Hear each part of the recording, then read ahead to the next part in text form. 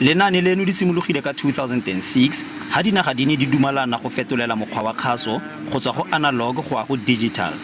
Batho ba ba dikobo di magetleng ba dirile dikopo tsa di set top box gore ba kgone go dirisa mokgwa o mošwa wa kgaso. Ile re switchitse on to digital. Lena ile sa setse ko analog. Hele ena o hele gola less than 3,500 ra kopa le ikwadisa go post office ya lena or re kgone o tla o le thusa. Ikasa yona ya re tla dirisa spectrum se se tlogetsweng sa analog mo tlhaeletsanong ya di cell phone. Ra kgona gore re le ba ikasa re setse re se dirisetse di tlhaeletsano tsa megala.